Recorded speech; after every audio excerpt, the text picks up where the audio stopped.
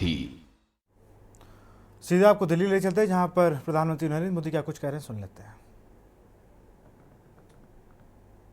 आप सबका बहुत बहुत धन्यवाद करता हूं, अभिनंदन करता हूं। देशवासियों को भी मैं उनके आशीर्वाद के लिए प्रणाम करता हूं। मेरे साथ बोलिए, भारत माता की, भारत माता की, भारत माता की, भारत माता की, भारत माता की, भारत माता की, भारत माता की, भारत माता की। बहुत बहुत धन्यवाद।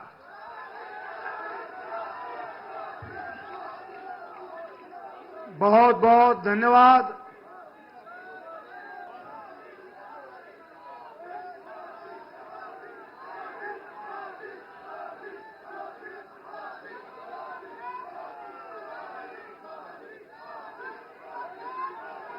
मैं सब आपकी ओर से आदरणीय प्रधानमंत्री जी, आदरणीय राष्ट्रीय अध्यक्ष जी और बाकी सभी नेताओं का बहुत बहुत धन्यवाद करता हूं। सभी कार्यकर्ताओं को नम्र निवेदन है कि यहां से अभी लौटते समय आपके लिए यहां पर बाजू में भोजन की व्यवस्था की है। सभी कार्यकर्ता हरियाणा, जम्मू कश्मीर में अपने कामयाबी के लिए हम सब यहां से भोजन करके जाएंगे। बहुत बहुत धन्यवाद। भारत माता की। आप देख रहे हैं के न्यूज, खबरों का सारथी।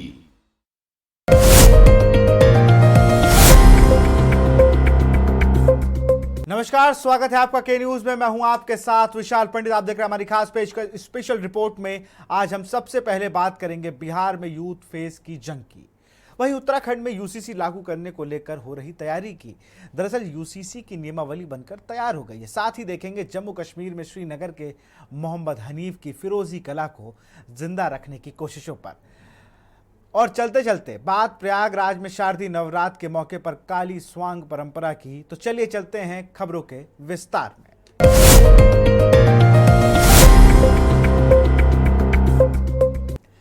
3 दशकों से अधिक समय से बिहार में सत्ता के शीर्ष की धुरी जेपी के शिष्य रहे सूबे की सियासत में अब जेपी के शिष्यों से आगे बढ़ रही है। लालू नीतीश के दौर के बाद अब यूथ फेस की जंग है। इस रिपोर्ट को देखिए। समाजवादी विरासत किसके हाथ? बिहार की सियासत में संपूर्ण क्रांति के अगवा लोकनायक जयप्रकाश नारायण और उनके शिष्यों की गहरी पैठ रही है। 1990 से लेकर अब तक जो 2 कद्दावर चेहरे केंद्र बिंदु रहे हैं, उनमें आरजेडी चीफ लालू प्रसाद यादव और जनता दल अध्यक्ष नीतीश कुमार शामिल हैं। वहीं लालू प्रसाद यादव पहले ही अपनी सियासी विरासत अपने बेटे तेजस्वी यादव को सौंप चुके हैं।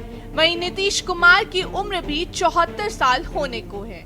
नीतीश कुमार ने 2020 के बिहार चुनाव में अंतिम चरण का प्रचार थमने से ठीक पहले ये कहा भी था, ये मेरा आखिरी चुनाव है। यानी सीएम नीतीश कुमार भी एक्टिव पॉलिटिक्स से संन्यास के संकेत दे चुके हैं। जेपी के शिष्यों की रही धमक। बिहार की सियासत में जेपी के शिष्यों की धमक रही है। लालू यादव और नीतीश कुमार बिहार की राजनीति में जेपी के शिष्यों की अंतिम पौध हैं। लालू यादव चारा घोटाला केस में दोषी ठहराए जाने, सजा सुनाए जाने के बाद चुनावी राजनीति से पहले ही दूर हो चुके हैं। नीतीश कुमार की अगुवाई वाली सरकार में लंबे समय तक डिप्टी रहे बीजेपी के सुशील मोदी अब नहीं रहे। ऐसे में सीएम नीतीश कुमार ही जेपी की नर्सरी से सियासत में आए ऐसे अंतिम नेता बचे हैं जो सत्ता की ड्राइविंग सीट पर हैं। ऐसे में कहा जा रहा है कि बिहार की राजनीति अब जेपी के शिष्यों में आगे बढ़ चली है। बिहार में छिड़ी विकल्प की होड़। जेपी के शिष्यों से आगे की सियासत में विकल्प की होड़ भी छिड़ चुकी है। विकल्प बनने की इस होड़ में कई यूथ फेस हैं।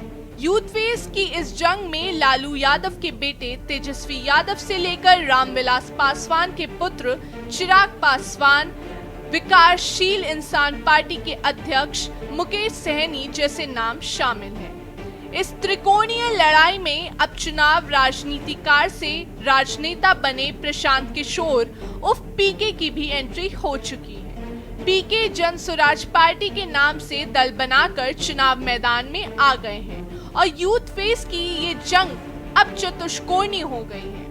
इन चारों चेहरों की एक खास बात है, इनकी सियासी लीग कहीं न कहीं जेपी के विचारों के आसपास ही है। किसकी लीग कैसी जेपी और उनके विचारों के करीब है। तेजस्वी यादव की तेज चाल। तेजस्वी यादव जिस आरजेडी की ओर से सीएम दावेदार हैं, वे पार्टी जेपी के शिष्य और उनके पिता लालू यादव ने बनाई है। आरजेडी की स्थापना के समय से ही ओबीसी और अल्पसंख्यक पार्टी का कोर वोटर रहे हैं। मुस्लिम और यादव आरजेडी का कोर वोटर माना जाता है, लेकिन तेजस्वी यादव की राजनीति अब आधार बढ़ाने की है।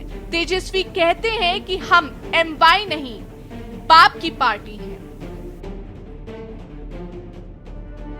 चिराग पासवान मजबूत प्लेयर।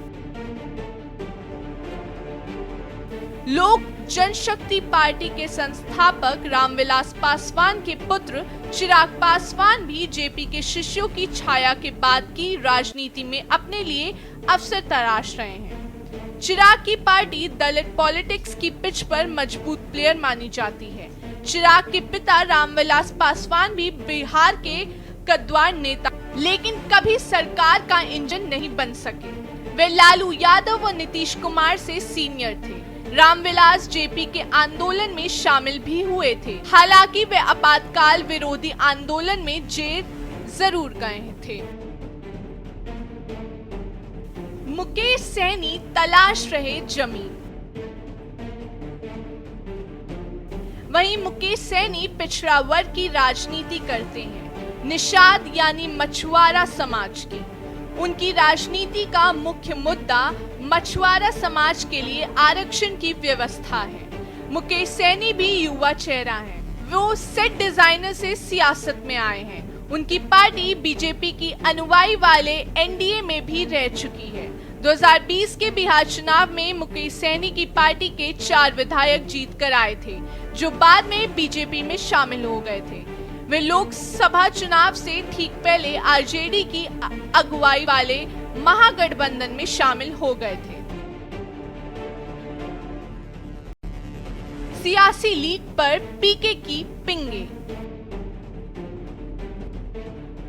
आपको बता दें कि प्रशांत किशोर जिस सियासी लीग पर बढ़ते दिख रहे हैं, वे भी कहीं ना कहीं जेपी के सिद्धांतों बातों के इर्द गिर्द ही नजर आती है। जेपी उन नेताओं में से हैं जिन्होंने राइट टू रिकॉल की मांग को अपनी आवाज देकर बुलंद किया था। राइट टू रिकॉल की पैरवी खुद सीएम नीतीश कुमार भी कर चुके हैं, लेकिन इस दिशा में कभी कुछ हुआ ही नहीं। अब पीके ने जन स्वराज पार्टी की लॉन्चिंग से पहले ही न सिर्फ राइट टू रिकॉल की बात करते हुए ये भी बताया कि वो इस व्यवस्था को कैसे लागू करेंगे। स्पेशल डेस्क के न्यूज इंडिया। उत्तराखंड में होने वाली आगामी चुनाव से पहले उत्तराखंड में यूसीसी लागू हो सकता है। यूसीसी की नियमावली बनकर तैयार हो गई है। संबंधित कमेटी एक हफ्ते के भीतर यह ड्राफ्ट मुख्यमंत्री पुष्कर सिंह धामी को सौंपने जा रही है। वहीं अब इस मामले में विपक्ष ने सरकार की मंशा पर सवाल खड़े करने शुरू कर दिए हैं। सवाल यह है कि क्या मान लिया जाए कि 9 नवंबर को उत्तराखंड में यूसीसी लागू होने जा रहा है। इस रिपोर्ट को देखिए।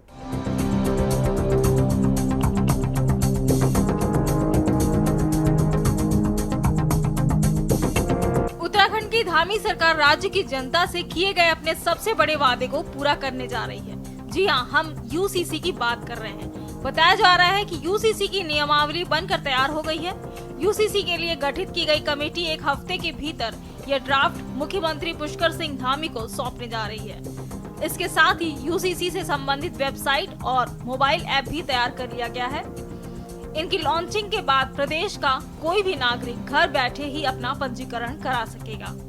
यूसीसी की नियमावली तैयार करने के लिए गठित कमेटी की बीजापुर स्थित राज्य अतिथि गृह में बैठक हुई। पूर्व मुख्य सचिव शत्रुघ्न सिंह की अध्यक्षता में नियमावली के ड्राफ्ट को अंतिम रूप दिया गया। तो आपकी जानकारी के लिए रूल बनाने वाली जो समिति गठित की गई थी मार्च फरवरी में, इसकी पहली मीटिंग फरवरी के आखिरी सप्ताह में हुई थी, उसने अब अपना काम रूल बनाने का पूरा कर लिया है। आज की जो बैठक समिति की हुई है उसमें जो रूल बनाए गए हैं उसके जो फाइनल पॉइंट्स बचे हुए थे उस पर चर्चा हो रही है और रूल हमारा तैयार है। अब हम उसको प्रिंटिंग के लिए देंगे और प्रिंटिंग से जैसे ही हमारे पास आएगा माननीय मुख्यमंत्री जी से समय लेकर हम उनके समक्ष प्रस्तुत करेंगे। तो काम हमारा पूरा हो गया ये बताने के लिए इसके बियॉन्ड अगर कोई प्रश्न हो तो आप पूछ सकते हैं। सर, मुख्यमंत्री जी ने कहा है कि नवंबर तक, जिस दिन राज्य स्थापना दिवस होगा तब तक जो है यूसीसी आ जाएगा, क्या अनुमान है कि? तो उसी के दृष्टिगत चूँकि 9 नवंबर का जो उन्होंने बात की थी, हम काफ़ी पहले रूल तैयार करके सबमिट करने को तैयार हैं। माननीय मुख्यमंत्री जी जब भी समय देंगे हम रूल सबमिट करेंगे, ऑफिशियली उसको फाइल पे लेके जो प्रक्रिया होती है माननीय मंत्रिमंडल का आदेश लेना पड़ेगा, वो एक प्रक्रिया होती है। कैबिनेट के आदेश के बाद हम डेट माननीय मुख्यमंत्री जी तय करेंगे, लेकिन हमने अपने समय से अपना काम कर दिया। यूसीसी का ढोल लगातार भाजपा सरकार पीट रही है, लेकिन यूसीसी उत्तराखंड के हित में कैसे है इसका जवाब आज तक नहीं दिया जा रहा। उत्तराखंड का बेरोजगार रोजगार मांग रहा है, उत्तराखंड की जनता पलायन से तरस है, विकास की लगातार मांग हो रही है, कानून व्यवस्था के मोर्चे पे सरकार फेल है। चौतरफा नाकामियों के बावजूद जो है जनता का ध्यान भटकाने के लिए यूसीसी की रट सरकार लगा रही है। और हमने कहा आप जब यूसीसी लेकर के आ गए हैं, ये यूसीसी उत्तराखंड के बाहर कितना काम आएगा देश के, ये भी देश की जनता जानना चाहती है। अगर यूसीसी पर भाजपा गंभीर होती तो केंद्र में यूसीसी का बिल लेकर के आती जो पूरे देश पे लागू होता, लेकिन केवल राज्यों के सहारे चुनावी रणनीति साधना चाहती है भाजपा, और यूसीसी पर कोई गंभीर नहीं है भारतीय जनता पार्टी। और ये यूसीसी उत्तराखंड के पूरे तबके पे लागू नहीं हो रहा है, आप बताइए फिर इसका क्या लाभ राज्य को मिलेगा, ये भी जनता जानना चाहती है। वैसे प्रचंड बहुमत की सरकार है, जो चाहे कानून वो लेकर के आए, लेकिन निश्चित तौर पर उत्तराखंड के बेरोजगारों के, उत्तराखंड की मातृ शक्ति की सुरक्षा के और राज्य के विकास के मुद्दे अपनी जगह मुंह बाए खड़े हैं। वहां सरकार जो है बिल्कुल नाकामी की रिकॉर्ड बना रही है।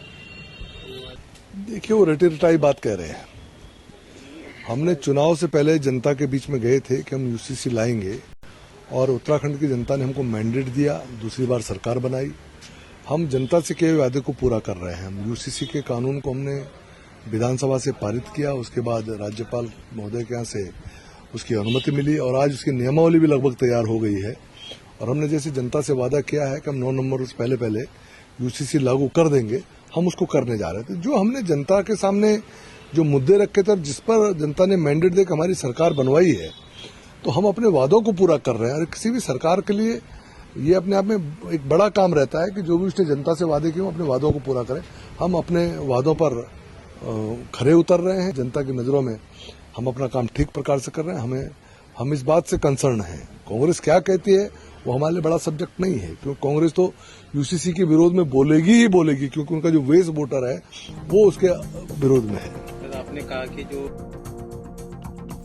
आपको बता दें कि धामी सरकार ने सुप्रीम कोर्ट की पूर्व न्यायाधीश रंजिता प्रकाश देसाई की अध्यक्षता में यूसीसी का ड्राफ्ट तैयार करने के लिए 5 सदस्यीय कमेटी बनाई थी। वहीं यूसीसी बिल को राष्ट्रपति से भी मंजूरी मिल चुकी है। वहीं धामी सरकार का कहना है कि विधानसभा चुनाव 2022 के दौरान जो वादा जनता से किया था उसे पूरा कर दिया गया है।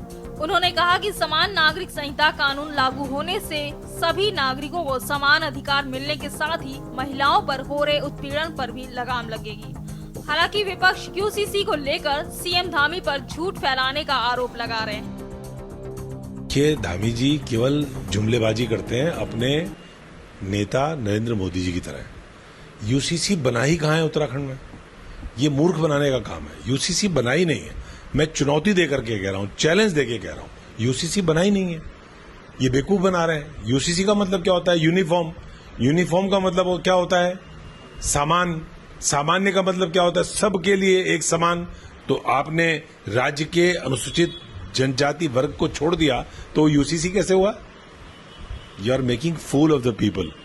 लेकिन एक अंग्रेजी में कहावत है, you can fool a person all of the times, some of the people some of the times, but you can not fool all of the people all of the times. आप हमेशा सब लोगों को मूर्ख नहीं बना सकते। यूसीसी बना ही नहीं है, जितने लोग यूसीसी बनाने की प्रक्रिया में थे वो उन्होंने सबने फ्रॉड किया है, फ्रॉड किया है। आप इसको, मेरी बात को लिख लीजिए। यूसीसी तब बनेगा जब उत्तराखंड के प्रत्येक नागरिक के लिए एक समान आप नागरिक संहिता अगर बनाते हैं, हम उससे सहमत हों असहमत हों वो अलग मुद्दा है, लेकिन आप एक मूर्ख क्यों बना रहे हैं? आपने राज्य का एक पूरा वर्ग छोड़ दिया और उसके बाद आप कह रहे हैं यूसीसी है, यूसीसी है। देखिए, ये सरासर, क्योंकि मुख्यमंत्री जी भी जानते हैं कि भू कानून और मूल निवास को लेके यहाँ उत्तराखंड के जो निवासी हैं वो काफी सक्रिय हो रहे हैं। उन लोगों को भू कानून और मूल निवास की आवश्यकता है, लेकिन कहीं ना कहीं इन मुद्दों को दबाने के लिए, ताकि ये मुद्दे जोर ना पकड़े, इसीलिए यूसीसी की बात कर रहे हैं।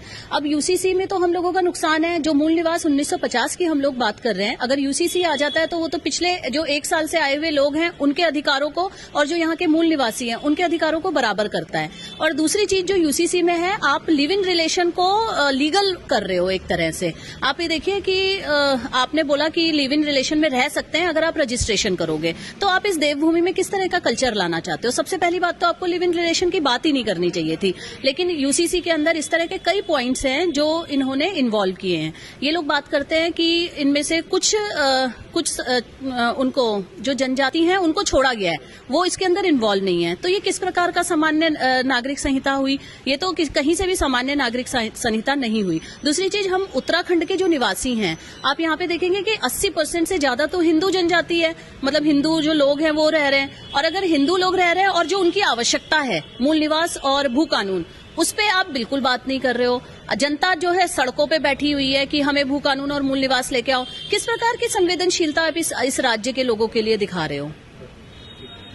देखिए, भू कानून और मूल निवास को लेकर भी हमारी जो है रिपोर्ट्स बन रही हैं और लगातार सभी के हमें सुझाव भी प्राप्त हो रहे हैं। एक सशक्त भू कानून देना हमारी प्रायोरिटी है। और जहां तक यूसीसी की बात है, जो हमने सबसे पहले जो वायदा यूसीसी का किया था उसको हम साकार करने जा रहे हैं और 9 नवंबर को होपफुली इस पर मोहर लग जाएगी। तो पूरा जो है, क्योंकि सारे काम हमारे हो चुके हैं, तो यहाँ पर विपक्ष जिस प्रकार से जो मुद्दा बना रही है, देखिए सभी कानून प्रदेश के लिए हितकारी हैं और कौन सा प्रायोरिटी में आना चाहिए।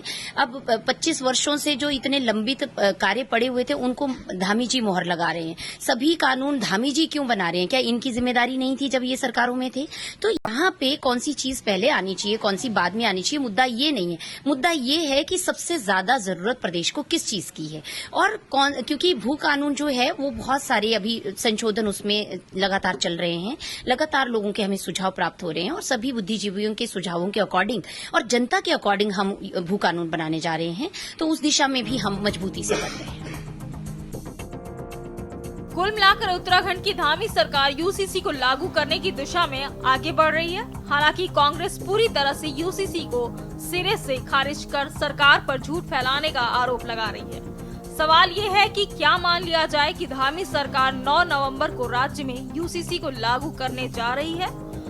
आखिर क्यों विपक्ष को सरकार की मंशा पर शक हो रहा है? क्या यूसीसी लागू होने के बाद महिला उत्पीड़न में कमी आएगी या नहीं? Uttarakhand desk report. यहां रुकते एक छोटे से ब्रेक के लिए।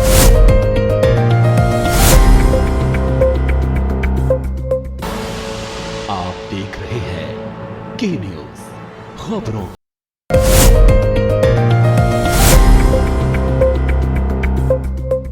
जम्मू कश्मीर में श्रीनगर के मोहम्मद हनीफ फिरोजी कला को जिंदा रखने की कोशिशों में जुटे हैं। मोहम्मद हनीफ फिरोजी कला के आखिरी कलाकार बताए जाते हैं जिन्हें हुनर को महफूज रखने के लिए मदद की दरकार है। इस रिपोर्ट को देखिए। जम्मू कश्मीर में श्रीनगर के फतेह कदेल में मोहम्मद हनीफ को फिरोजा का आखिरी कलाकार माना जाता है। फिरोजा या फिरोजी कश्मीर की खास कला है। हनीफ की दुकान 100 साल पुरानी इमारत में है। दुकान के अंदर जाने पर खजाने जैसा एहसास होता है। वहाँ पत्थर जड़े पीतल के खूबसूरत गहनों की भरमार है। हनीफ बताते हैं कि उन्होंने ये कला पिता से सीखी और करीब 30 साल से इसे महफूज रखे हुए हैं। मैंने अपने बाप से सीखा। जब मेरे 6ठी का 7वीं क्लास से पढ़ रहा हूँ, मैंने अपने बाप से, वो बीमार हो गया, उस वक्त 15-16 आदमी यहाँ काम कर रहे। बाप को मैंने बोला, मुझे पता नहीं इसके बारे में, तो मैं क्या है, अब वो उस वक्त हमारा कारखाने था अपने घर में, वो बेड पर बीमार था, उसने कहा आप शुरू करो, मैं यहाँ से आपको दिखाऊंगा क्या करना। मिलिटेंसी के दौरान हनीफ का कारोबार ठप पड़ गया। रोजी रोटी के लिए उन्हें नौकरी करनी पड़ी, लेकिन उनमें अपने हुनर को जिंदा रखने की ललक थी। जैसे ही हालात बदले, वे फिर से फिरोजी के काम में जुट गए। मैं छोड़ने के लिए तैयार हूँ, मैं दूसरे काम करने के लिए तैयार हूँ। मैंने कहा मैं कारखाने बंद करूँगा, मैं अब दूसरे काम, अब ऑनलाइन से थोड़ा थोड़ा चल रहा है, तो शुक्र खुदा का, तो गुजारा होता है। हनीफ सोशल मीडिया के आभारी हैं, जिसकी बदौलत बड़ी संख्या में लोग उनके हुनर से रूबरू हो सके।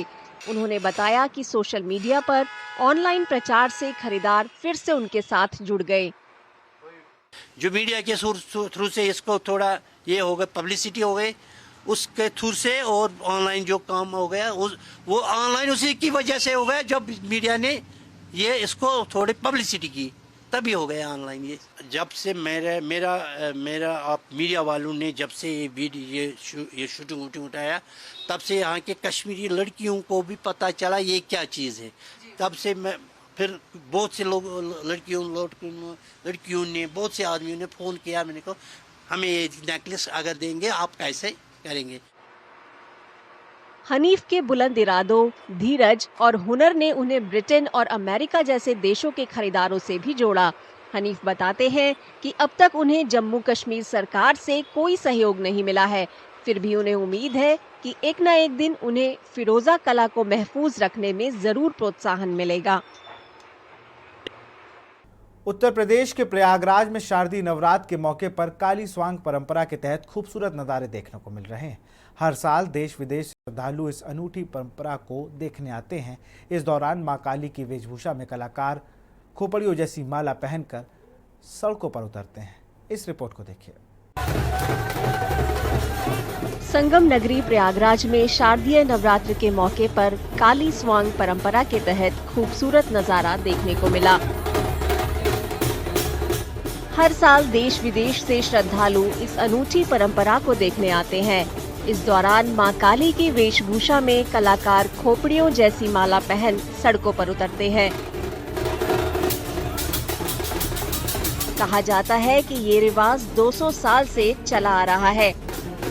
पूरे विश्व में प्रयागराज में ही यह परंपरा है और ऐसा कहीं नहीं है।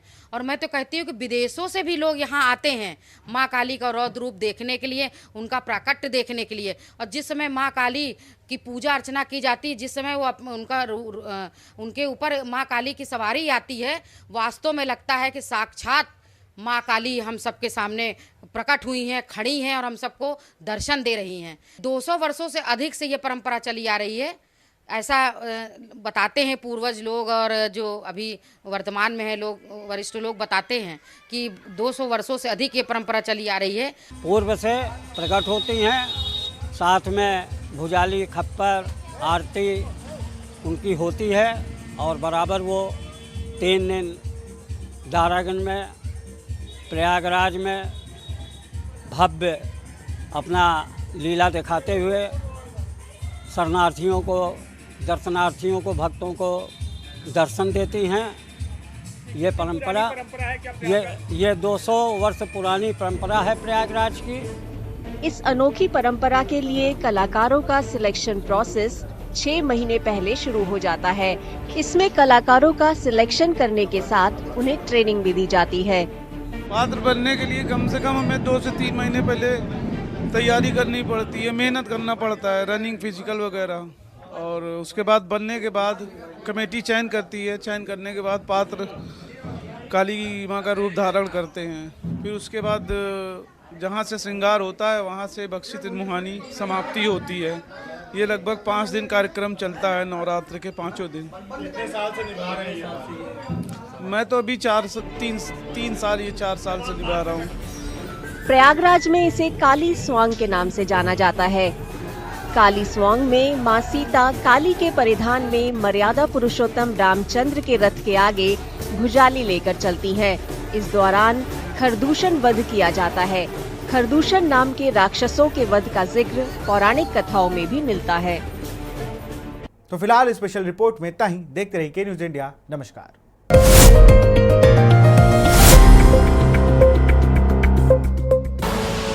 आप देख रहे हैं के न्यूज, खबरों का सारथी।